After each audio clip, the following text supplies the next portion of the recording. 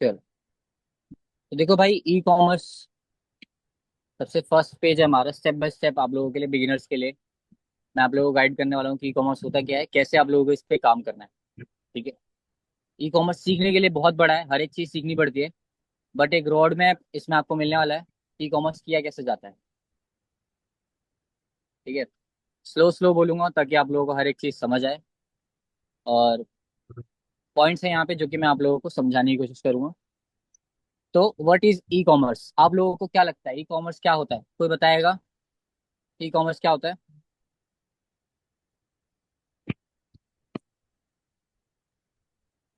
Anyone, कोई बता सकता है ई कॉमर्स क्या होता है?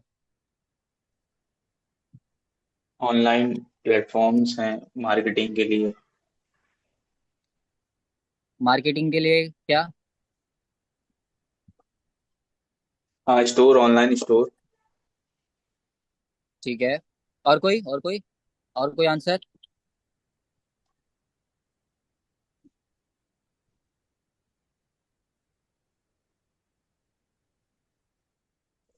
और कोई आंसर भाई, आप लोगों का ई कॉमर्स क्या होता है?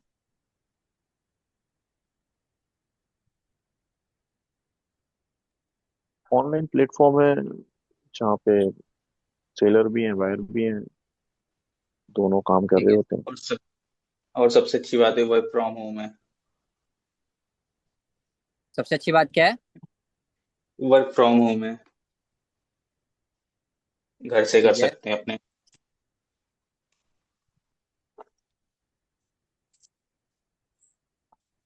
चलो, तो मैं बताता हूँ ई कॉमर्स ऐसे होता क्या है। तो ई कॉमर्स का मतलब होता है ऑनलाइन किसी भी प्लेटफॉर्म पे सामान खरीदना बेचना। तो ई कॉमर्स फोन की मदद से, लैपटॉप की मदद से आप अगर कोई भी सामान खरीदते या बेचते हो, वो ई कॉमर्स कहलाता है। ठीक है। कुछ मार्केट प्लेसेस हैं जहाँ पे आप बेच सकते हो, कुछ ऑनलाइन प्लेटफॉर्म है जहाँ से आप अपना बिजनेस कर सकते हो। मार्केट प्लेसेस क्या होती है और ऑनलाइन प्लेटफॉर्म क्या होता है? भाई, अपने माइक ऑफ रखो, शोर आ रहा है। ठीक है, आप लोग अपने अपने माइक ऑफ रखो ताकि शोर ना आए भाई। ठीक है। तो ऑनलाइन प्लेटफॉर्म और मार्केट प्लेसेस, ये दो चीजें होती है जहाँ से हम अपना ई कॉमर्स करते हैं। ऑनलाइन प्लेटफॉर्म क्या है? ऑनलाइन प्लेटफॉर्म है आपका इंस्टाग्राम, यूट्यूब, फेसबुक, व्हाट्सअप, ये सब आपके ऑनलाइन। ठीक है।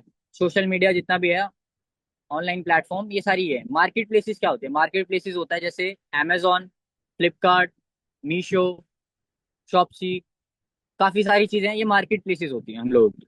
ठीक है। तीसरा होता है हमारे पास खुद की वेबसाइट बना करके करना, वो भी एक तरीके से आपका मार्केट प्लेस ही है, आपकी खुद की वेबसाइट है। तो हम इन प्लेटफॉर्म के थ्रू ई कॉमर्स करते हैं। समझ गए सारे? इस चीज में, छोटी सी चीज में किसी को कोई डाउट हो तो पूछ सकता है कि ई कॉमर्स का मतलब क्या होता है। ठीक है। अब ई कॉमर्स 2026 में करना चाहिए या नहीं करना चाहिए, क्या लगता है आप लोगों को? मैंने पॉइंट्स लिख ही रखे हैं। हाई डिमांड है, लो इन्वेस्टमेंट है, और मैसिव रीच है।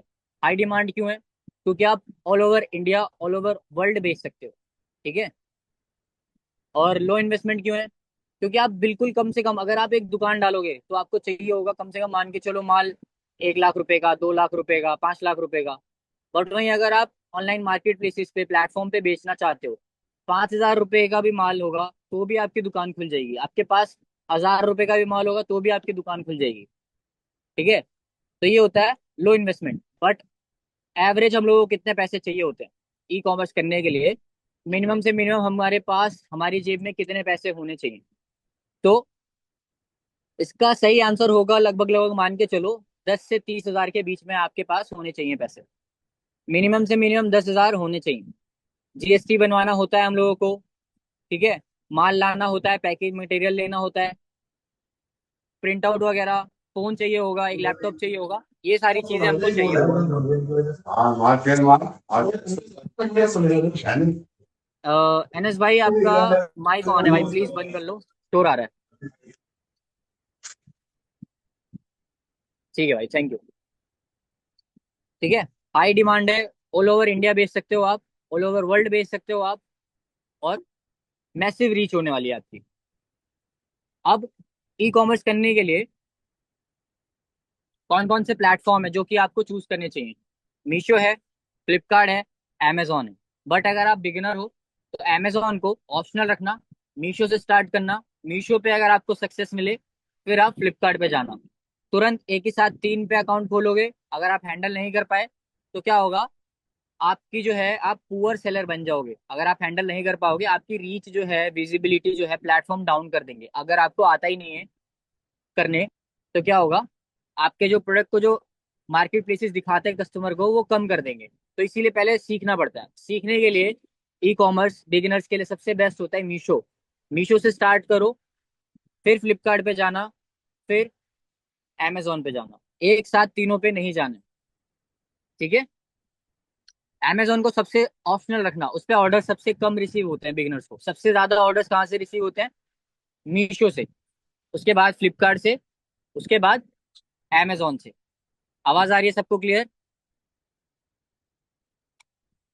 अब ये समझते हैं कौन कौन से रिक्वायरमेंट्स हैं हम लोगों को, कौन कौन से डॉक्यूमेंट्स लगने वाले हैं।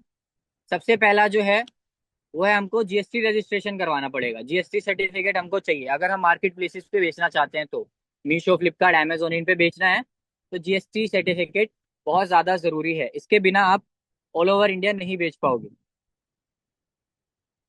मीशो पे आप लोगों ने सुना होगा कि आप बिना किसी जीएसटी के भी बिजनेस रन कर सकते हो, बट ये आधी अधूरी सच्चाई है। सच्चाई ये है कि अगर आपने बिना जीएसटी के मीशो पे अकाउंट बनाया तो आप अगर दिल्ली में रहते हो तो आपका प्रोडक्ट सिर्फ दिल्ली वालों को ही दिखेगा, वो भी अच्छे से नहीं दिख पाएगा, ठीक है। यूपी वालों को नहीं दिखेगा, अगर आप दिल्ली से हो तो पूरे ऑल ओवर इंडिया में कहीं नहीं दिखेगा, सिर्फ दिल्ली वालों को दिखेगा। तो आपकी रीच जो है ना, बहुत कम रह जाएगी। जहां आपको दिन के 50 ऑर्डर, 100 ऑर्डर, 200 ऑर्डर आ सकते थे, वहां आपको दिन के कितने आएंगे? एक या दो, बस इतने। तो अगर आप अपना टाइम वेस्ट करना चाहते हो, सारी मेहनत करने के बाद भी आपको ऑर्डर एक या दो रिसीव हो, तो बिना जीएसटी के आप मीशो से स्टार्ट कर सकते हो। बट अगर आपको चाहिए कि नहीं भाई, स्टार्ट करना है मेरे को जल्दी सक्सेस चाहिए, तो जीएसटी के साथ ही स्टार्ट करना बेटर ऑप्शन रहेगा आपके पास। जीएसटी से करोगे तो मीशो पे भी अकाउंट बनेगा, फ्लिपकार्ट पे भी बनेगा, अमेजोन पे भी बनेगा। बिना जीएसटी के करोगे तो सिर्फ मीशो पे बनेगा, वो भी नाम के लिए, काम का नहीं होगा, नाम का होगा, ठीक है। जीएसटी चाहिए होगा। जीएसटी सर्टिफिकेट बनवाने के लिए कौन कौन से डॉक्यूमेंट्स चाहिए? जीएसटी सर्टिफिकेट बनाने के लिए हमको कौन कौन से डॉक्यूमेंट्स चाहिए? हमको चाहिए होगा, पहला पैन कार्ड, ठीक है। दूसरा चाहिए होगा आधार, ठीक है, आधार कार्ड। तीसरा चाहिए होगा पासपोर्ट साइज फोटो, ठीक है। पासपोर्ट साइज फोटोज, दो फोटोज चाहिए होंगी, या सिंगल से भी काम चल जाता है। एक चाहिए होगा आपको कैंसल चेक, ठीक है। एक चाहिए होगा आपको कैंसल चेक।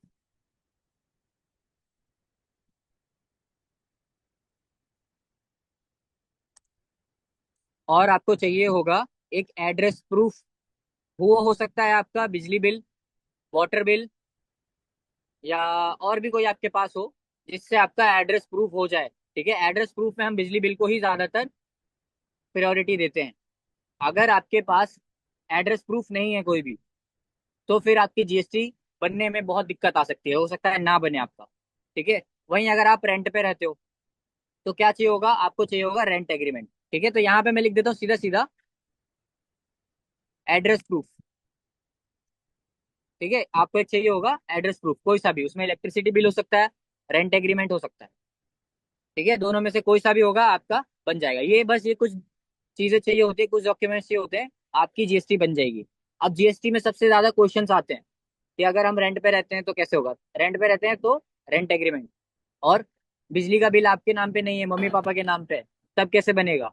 तब बिजली का बिल लगाओ, पापा का आधार कार्ड लगाओ, और पापा से एक एनओसी साइन करवाओ, ठीक है। उस एनओसी में क्या लिखा रहता है कि आपके पापा को कोई भी ऑब्जेक्शन नहीं है कि आप उनके लैंड पे बिजनेस स्टार्ट कर रहे हो, ठीक है, बस। और उस पे एक साइन होता है।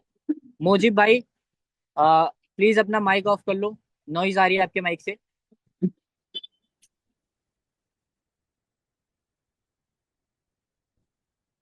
मुझे भाई आवाज आ रही है? भाई अपना अपना माइक ऑफ कर लो ताकि बाकी लोगों को डिस्टर्ब ना हो।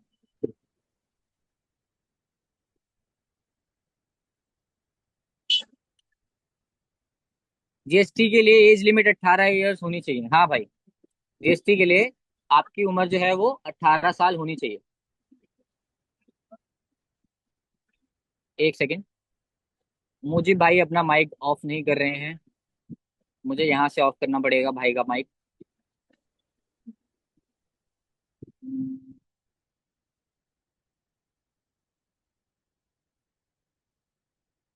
ठीक है, यहाँ से ऑफ कर दिया मैंने।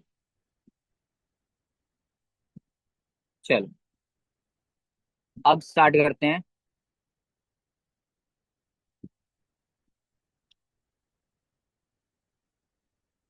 ठीक है, एक हमको चाहिए होगा बैंक अकाउंट। बैंक अकाउंट कैसा चाहिए? बहुत सारे लोगों का डाउट होता है, भैया करंट बैंक अकाउंट चाहिए या सेविंग अकाउंट से भी काम चल जाएगा? तो इसका आंसर है सेविंग अकाउंट से भी काम चल जाएगा, आपकी जीएसटी बन जाएगी, आपका अकाउंट खुल जाएगा सब जगह। बट जैसे ही आपका बिजनेस बड़ा बनेगा, आपका बैंक अकाउंट फ्रीज हो सकता है, क्योंकि आपका सेविंग अकाउंट है, आप उससे बिजनेस रन कर रहे हो। जैसे ही उसमें ट्रांजेक्शन बढ़ेंगी, ठीक है, आपका बैंक अकाउंट फ्रीज हो सकता है, उसके पैसे जो है वो फ्रीज हो जाएंगे। तो स्टार्ट करने के लिए, अकाउंट खोलने के लिए सही है सेविंग अकाउंट। 1 से 2 महीने जैसे ही बीते, आप करंट अकाउंट खुलवा लो। अगर आपका काम चलने लग गया, करंट अकाउंट खुलवा लेना। ठीक है, दिक्कत नहीं आएगी। आधार कार्ड, पैन कार्ड, तीसरा डॉक्यूमेंट है आधार कार्ड पैन कार्ड, ये हर चीज के लिए चाहिए ही होता है। तो आधार कार्ड पैन कार्ड से आपकी जीएसटी बन जाती है। और ये कुछ चीजें हैं बेसिक, ये चीजें भी पूरी करनी पड़ती है।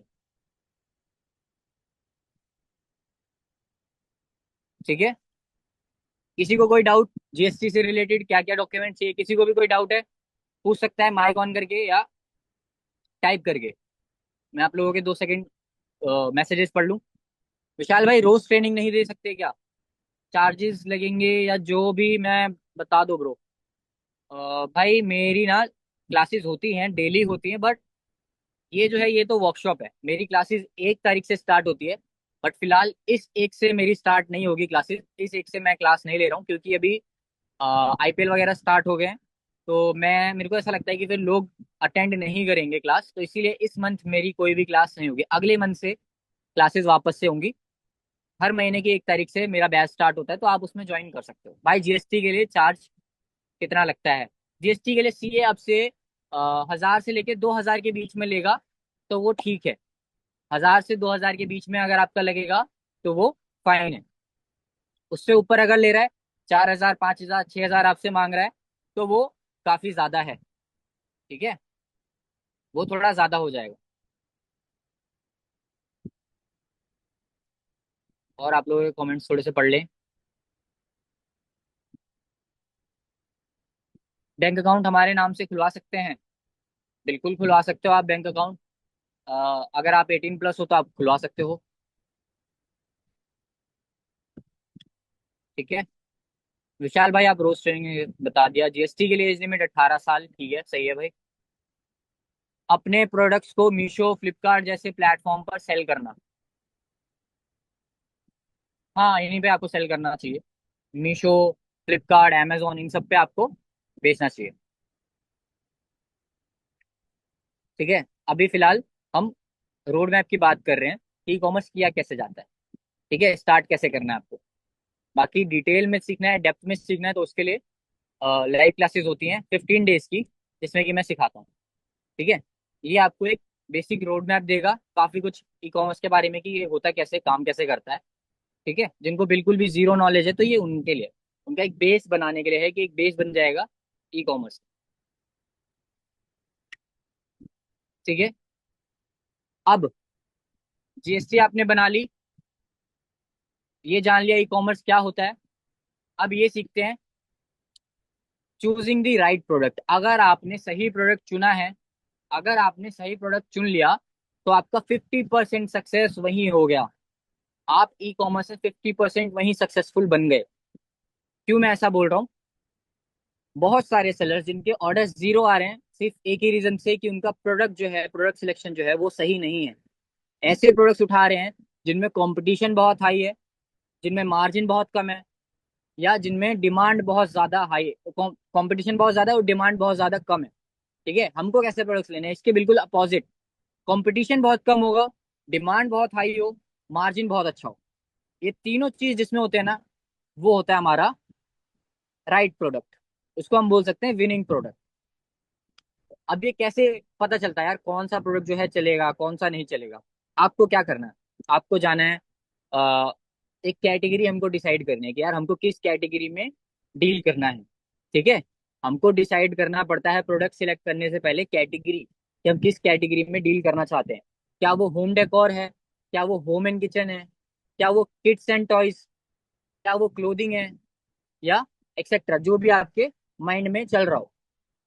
अब बहुत सारे लोग ऐसे हैं जिनको की कैटेगरी भी डिसाइड नहीं करी होगी, जिन लोगों ने यार किस कैटेगरी में डील करना है नहीं मालूम, बहुत ज्यादा कंफ्यूजन है।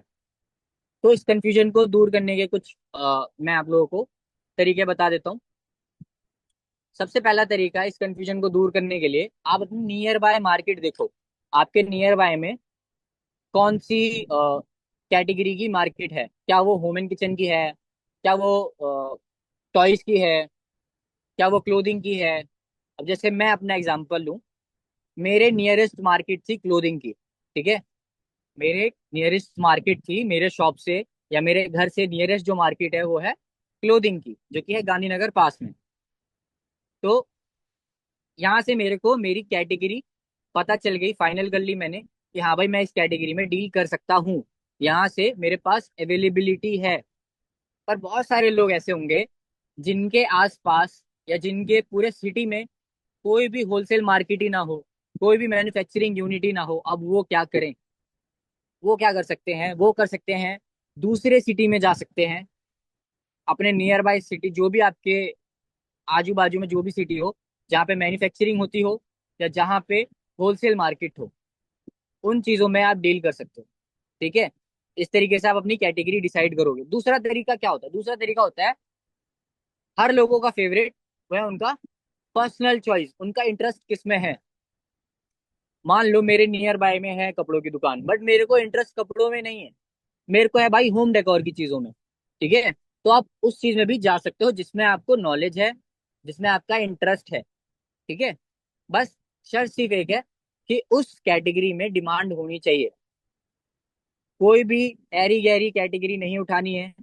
सपोज मैं बोलूँ यार मेरे को तो ग्लासेस में ही डील करना है बस, ग्लासेस के अलावा मेरे को किसी चीज में डील नहीं करना। मैंने देखा मार्केट में बहुत ज्यादा कंपटीशन है सेम, और मेरे को ग्लासेस जो है बहुत महंगी पड़ रही है, मैं सस्ते में ले ही नहीं पा रहा हूँ। मेरे को ये ग्लासेस जो है 90 रुपए की पड़ रही है, और ऑनलाइन सेम ग्लासेस जो है 100 रुपए में बिक जा रही है, 150 रुपए में बिक जा रही है। मैं क्या कमाऊंगा? कुछ भी नहीं। ठीक है, तो इन चीजों का भी थोड़ा सा ध्यान रखना है, अपने इंटरेस्ट में इतना ज्यादा नहीं खोना है कि हम मार्केट को एनालाइज ना करें, प्राइस ना देखें। साथ साथ हमको प्राइस देखना भी बहुत ज्यादा जरूरी है।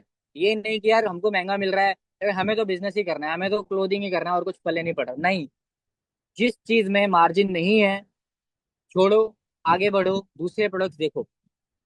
मैं अपना पर्सनल बताऊं, मैंने क्लोथिंग से स्टार्ट करा था, बट मुझे समझ नहीं आ रहा था क्लोथिंग में भी मैं क्या बेचूं, प्रोडक्ट नहीं पता कर पा रहा था मैं क्या बेचूं। सबसे पहले मैंने क्या करा, ऐसे प्रोडक्ट्स में हाथ मारे जो कि पूरे 12 महीने चलने वाले हैं। फॉर एग्जाम्पल, कुर्ता पजामा पीले कलर का, शादी ब्याह में भी चलेगा, फेस्टिवल में भी चलेगा। ठीक है, पार्टी फंक्शन इन सब में भी चलेगा। तो मैंने येलो कलर का कुर्ता पजामा सिलेक्ट करा। दिक्कत क्या आई? दिक्कत आई प्राइसिंग। मेरे को वो पड़ रहा था 200 220। मीशो पे मैंने चेक करा तो वो 280 रुपये का बिक रहा था। ठीक है, 220 रुपये का मेरे को पड़ रहा है, 280 रुपये का मीशो पे बिक रहा है, मैं उसमें क्या प्रॉफिट करूंगा? कुछ भी नहीं भाई, कुछ नहीं बचा सकता मैं उसमें। ठीक है, साइड हटाया मैंने, दूसरा प्रोडक्ट देखा।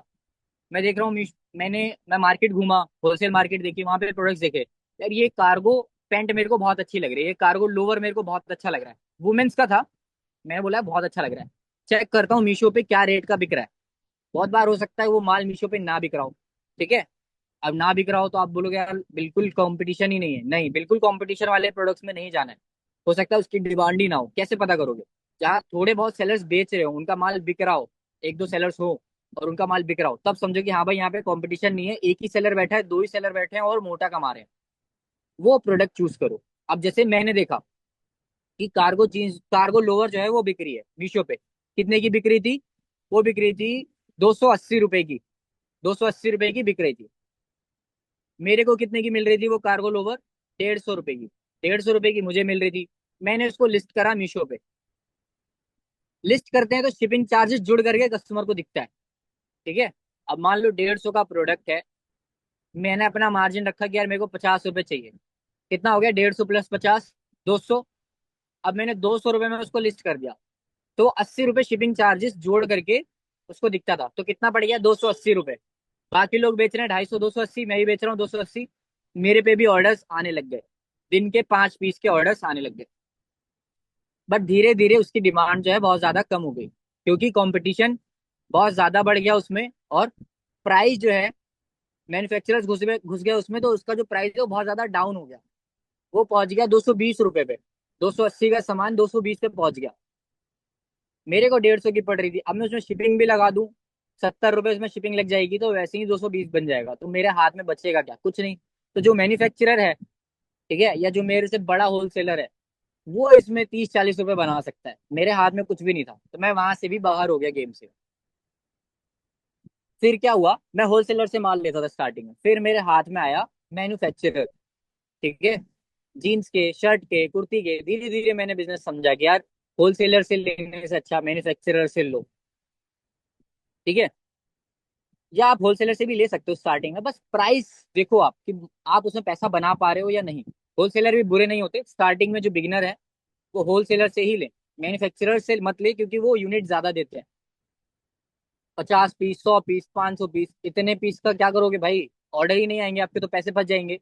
स्टार्टिंग में होलसेलर से लो, 5 पीस, 10 पीस होलसेलर दे देगा, बट मैन्युफैक्चरर नहीं देगा। तो स्टार्ट करने के लिए आप चूज कर सकते हो होलसेलर्स को। ठीक है। तो मैंने जब मैन्युफैक्चरर पकड़ा, तो मेरे को दिखा कि यार जो जीन्सें हैं उनमें अच्छा मार्जिन मेरे को समझ में आया। फिलहाल अभी मैं शर्ट में भी डील करता हूँ, जीन्स में भी डील करता हूँ, शॉर्ट कुर्ती में भी डील करता हूँ। ठीक है। और खुद मैन्युफैक्चर भी करता हूँ।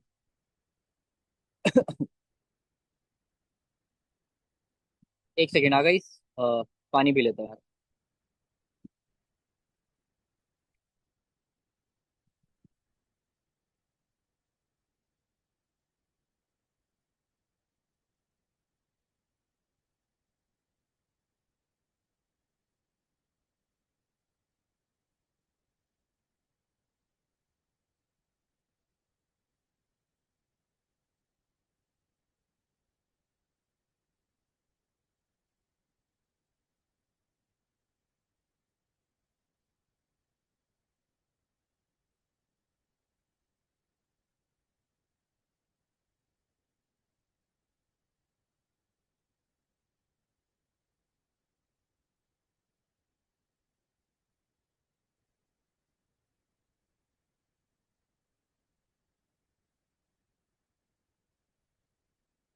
ठीक है। तो इस तरीके से हम चूज कर सकते हैं, सॉरी, तो इस तरीके से हम चूज कर सकते हैं एक राइट प्रोडक्ट। थोड़े बहुत टिप्स और दे देता हूँ आपको एक सही प्रोडक्ट चूज करने का। उसके लिए हम क्या करेंगे, हम ओपन करेंगे अपने फोन में मीशो, फ्लिपकार्ट। ठीक है, मीशो या फ्लिपकार्ट या दोनों। और उसमें हमने अपनी कैटेगरी समझ ली कि हाँ हमारे पास में जो नियरेस्ट होलसेल मार्केट है वो इस कैटेगरी की है। तो हम यहाँ पे क्या करेंगे, सिंपल अपना कैटेगरी सर्च कर लेंगे। ठीक है।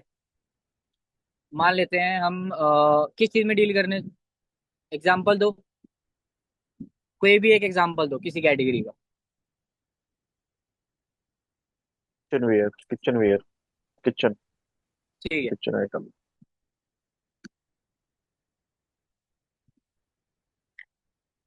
मैं सिर्फ यहाँ पे किचन लिख रहा हूँ। ठीक है। अब मैंने यहाँ पे किचन लिखा, अब मेरे को इससे रिलेटेड काफी प्रोडक्ट्स यहाँ पे देखने को मिलेंगे। ठीक है। काफी प्रोडक्ट्स यहाँ पे आपको देखने को मिल जाएंगे किचन से रिलेटेड। अब मेरे को इस पे क्या करना है, इसमें देखना है ऐसे प्रोडक्ट्स जिन पे 200 प्लस रिव्यूज हो, 200 प्लस रिव्यूज हो, बहुत ज्यादा भी नहीं, बहुत कम भी नहीं, एटलीस्ट 200 प्लस तो हो। जिसपे ज्यादा दिख रहे हो वो भी चूज कर सकते हो, ठीक है। बट जिसपे बहुत कम दिख रहे हो, जैसे इस पे 6 ही है, ठीक है, 6 ही रिव्यूज हैं, तो ऐसे प्रोडक्ट को चूज करोगे तो ऑर्डर थोड़े कम आएंगे। जिसपे आपको 200 प्लस दिखे, जैसे ये वाला देखो, इस पे 300 प्लस है, तो यहाँ से आप अपनी कुछ प्रोडक्ट्स देख सकते हो कि भाई ये प्रोडक्ट है, आ गया मेरी नजर में, ठीक है, ये प्रोडक्ट है, इस पे 81 है, डिमांड थोड़ी सी कम है, बट ट्राई कर सकते हो। 80 भी बुरा नहीं होता, बट 200 तक हो। मैं ज्यादातर 200 तक वाले प्रेफर करता हूँ, ठीक है, 200 तक वाले प्रेफर करता हूँ। आप उससे ज्यादा वाले भी प्रेफर कर सकते हो अगर आपको प्राइसिंग सही लगे तो। जैसे ये 102 रुपये में बिक रहा है, आपको लगे कि हाँ यार मैं भी ये प्रोडक्ट ला सकता हूँ और 102 रुपये में बेच सकता हूँ, तो बिल्कुल जाओ, बिल्कुल ये प्रोडक्ट लेकर के आओ, ठीक है। तो ऐसे प्रोडक्ट्स में डील कर सकते हो आप। बस ध्यान रहे, जिसपे खराब रेटिंग्स हो उन चीजों से थोड़ा सा दूर रहना, जिसपे अच्छी रेटिंग्स हो, 200 प्लस रेटिंग्स हो, फ्लिपकार्ट पे, मीशो पे, उनमें आप डील कर सकते हो, ठीक है। अभी जैसे कि ये प्रोडक्ट जो है काफी ज्यादा चल रहा है, ठीक है, ये वाला प्रोडक्ट अभी काफी ज्यादा चल रहा है, ये भी चल रहा है। मेरा दोस्त जो है वो बेचता है ये, ठीक है, ये अभी ट्रेंडिंग आइटम है।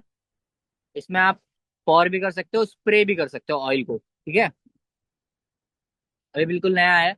उस पर रेटिंग्स देखो, रिव्यूज देखो, रेटिंग्स भी अच्छी हैं और रिव्यूज भी अच्छे हैं। अगर आपको ऐसा प्रोडक्ट मिले, कोई भी ट्रेंडिंग प्रोडक्ट मिले जिसपे अच्छी रिव्यूज हो, ठीक है, तो उसके लिए आप जा सकते हो कि हाँ भाई ये प्रोडक्ट लेके आता हूँ, ट्राई करता हूँ। आप 10 प्रोडक्ट लेके आओगे, दो दो पीस, पांच पांच पीस, हो सकता है 10 के 10 ना बिके, कोई एक बिके, किसी एक पे आपको 5 ऑर्डर्स आ जाए, ठीक है। अब क्या करना है, बाकी तो नहीं बिक रहे हैं, बाकियों के प्राइस को ड्रॉप कर दो, ठीक है, उसको बेच करके निकालो, और उस पैसों से आप क्या करो, वो सामान खरीद के लाओ जिसपे ऑर्डर्स आ रहे हैं, उसका माल आउट ऑफ स्टॉक मत होने दो, ठीक है। तो इस तरीके से हम ई कॉमर्स करते हैं और अपना जो डेड स्टॉक है वो निकालते हैं। बहुत सारे लोगों का डेड स्टॉक पड़ा रह जाता है, उनको नहीं मालूम यार, कम करके निकालो पैसा और उसको सही जगह पे लगाओ, टाइम वेस्ट ना करो, अपना पैसा मत एक जगह पे रोक के रखो, ठीक है। यही मैंने अभी आपको बताया, विनिंग प्रोडक्ट रिसर्च कैसे की जाती है। ट्रेंड्स एनालाइज करते हैं, क्या ट्रेंडिंग में चल रहा है, कैसे ट्रेंड एनालाइज करते हैं। इंस्टाग्राम पे ऐसे लोगों को फॉलो करो जो आपकी कैटेगरी से रिलेटेड प्रोडक्ट्स जो है लोगों को सजेस्ट करते हैं। आपने देखा होगा बहुत सारे लोग कपड़े पहन पहन करके दिखा रहे होते हैं, ये ट्रेंडिंग कुर्ती है, ये ट्रेंडिंग जीन्स है, ये ट्रेंडिंग शर्ट है, या ये ट्रेंडिंग होम डेकोर का सामान है, या ये ट्रेंडिंग ये सामान है, या ये गैजेट है ना। तो आप जिस कैटेगरी में डील करते हो, वैसा कोई बंदा कंटेंट बना रहा हो, लोगों को सजेस्ट कर रहा हो, उस इंसान को आप फॉलो करो। वो इंसान आपके लिए आपका काम आसान करेगा, वो ट्रेंडिंग ट्रेंडिंग प्रोडक्ट्स ढूंढ करके लाएगा। आप देखो किस पे ज्यादा लाइक्स आ रहे हैं, किस पे ज्यादा व्यूज आ रहे हैं, कितने लोग कौन सी वाली वीडियो पे कौन से वाले प्रोडक्ट को ज्यादा देख रहे हैं, वो सामान लेकर के आओ, ठीक है, आपका काम आसान हो जाएगा। ट्रेंड कौन एनालाइज कर लेगा, क्रिएटर्स। आपको बस फॉलो करना है कि हाँ भाई ये नया ट्रेंड चल रहा है, उस पर लोगों ने लाइक ज्यादा करें, कमेंट ज्यादा कर रहे हैं, भाई ये प्रोडक्ट का लिंक भेजो, ये प्रोडक्ट का लिंक भेजो, आपको पता चलेगा हाँ भाई ये प्रोडक्ट डिमांड में है। ले आओ, बेचो सबसे पहले, ठीक है। कंपटीशन चेक करो, बहुत ज्यादा सेलर्स ना बेच रहे हो, 10-15 सेलर्स बेच रहे हो, चलो ठीक है, इनफ है। और बहुत ज्यादा 40-50 सब लोग वही बेच रहे हैं, पता नहीं आपके पे ऑर्डर्स आएंगे नहीं आएंगे, क्योंकि वो लोग पुराने हैं, उनके पे अच्छे खासे रिव्यूज हैं, तो लोग रिव्यूज वाले ज्यादा प्रेफर करते हैं, ठीक है। कंपटीशन चेक करो, रिव्यूज देखो, रिव्यूज को समझो कि हाँ भाई कौन से प्रोडक्ट पे कैसे रिव्यूज आ रहे हैं, कितने रिव्यूज आए हैं, लाना है या नहीं लाना है, जो कि मैंने आप लोगों को अभी बताया, ठीक है। सप्लायर और सोर्सिंग, इसके बारे में मैंने आपको भी बताया कि कैसे आपको सप्लायर और सोर्सिंग करनी है। स्टार्टिंग में होलसेल मार्केट से आप ट्राई कर सकते हो, या B2B एप्स भी होती हैं, जैसे कि इंडिया मार्ट या ट्रेड इंडिया, इनसे आप होलसेल प्राइस में सामान खरीद सकते हो, ठीक है। इंडिया मार्ट से कैसे खरीदते हैं, इंडिया मार्ट एक वेबसाइट है, वहां पे जाओ, अपना लोकेशन वगैरह डालो, आपके नियरेस्ट जो मार्केट होगी, या होलसेलर होगा या मैन्युफैक्चरर होगा, वो आपको कांटेक्ट कर देगा, कर लेगा आपसे। आपको बस अपनी क्वायरी वहां पे भेजनी है, एक क्वायरी वहां पे सिर्फ अपना नंबर ड्रॉप करना है, वो आपको सामने से कॉल करेंगे और आपसे पूछेंगे क्या चाहिए आपको। ठीक है। या आप भी देख सकते हो उनके प्रोडक्ट की उनके पास क्या माल है और खुद सामने से उनको कॉल वगैरह कर सकते हो। ठीक है। फिर आप उनसे उनकी लोकेशन पूछ सकते हो कि भाई आपकी जो शॉप है, ठीक है, होलसेल की जो दुकान है आपकी वो कहाँ पे है। आप पर्सनली जाके विजिट कर सकते हो, प्रोडक्ट की क्वालिटी चेक कर सकते हो कि हाँ भाई माल अच्छा है या नहीं है। आपको अच्छा लगे सामान, आपको बंदा जेन्युइन लगे, तब पेमेंट करना, वरना मत करना। ठीक है। ये नहीं आपने पहली पेमेंट कर दी, क्योंकि आजकल स्कैम वगैरह भी हो रहे हैं, आपके पैसे लेकर के गायब हो जाएंगे और आप कुछ कर भी नहीं पाओगे। ठीक है। और नेगोशिएट करना अच्छे से, क्योंकि आप बिगनर हो सकता है आपको बाकियों से 20 रुपये महंगा लगाए, तो आप ट्राई करना कि उनसे नेगोशिएट कर सको। आप बोलो कि भाई मार्केट में इतने का बिक रहा है, आप मेरे को इतना बता रहे हो, तो सोचो वो इंसान कितने का ला रहा होगा। ठीक है। सपोज मान लेते हैं एग्जांपल मैं आपको दूं कि आप गए, आप आपने लोवर लिया। ठीक है। उस बंदे ने बोला कि भैया ये लोवर 150 रुपए का है, आपने चेक करा ऑनलाइन तो वो 200 रुपए का बिक रहा है। आपको साफ साफ पता चल रहा है यार 200 रुपए का तो बिक रहा है, 150 का ये मेरे को देगा, शिपिंग चार्जेस 80 रुपए लग जाएंगे, तो मैं बेचूंगा कैसे, इसमें अपना प्रॉफिट कैसे सेट करूंगा। ठीक है। जहां आपको लगे नहीं यार ये बंदा सही प्राइस में नहीं दे रहा है, ट्राई करो नेगोशिएट करने का। ना कम करे तो आगे बढ़ोगे, भाई रहने दो, नहीं चाहिए, प्राइस सही होना चाहिए उसका। ठीक है। स्टार्टिंग में हमको कहाँ से लेना चाहिए, होलसेल मार्केट से। स्टार्टिंग में डायरेक्ट मैन्युफैक्चरर्स के पास जाओगे तो बल्क में आपको खरीदना पड़ेगा। ठीक है।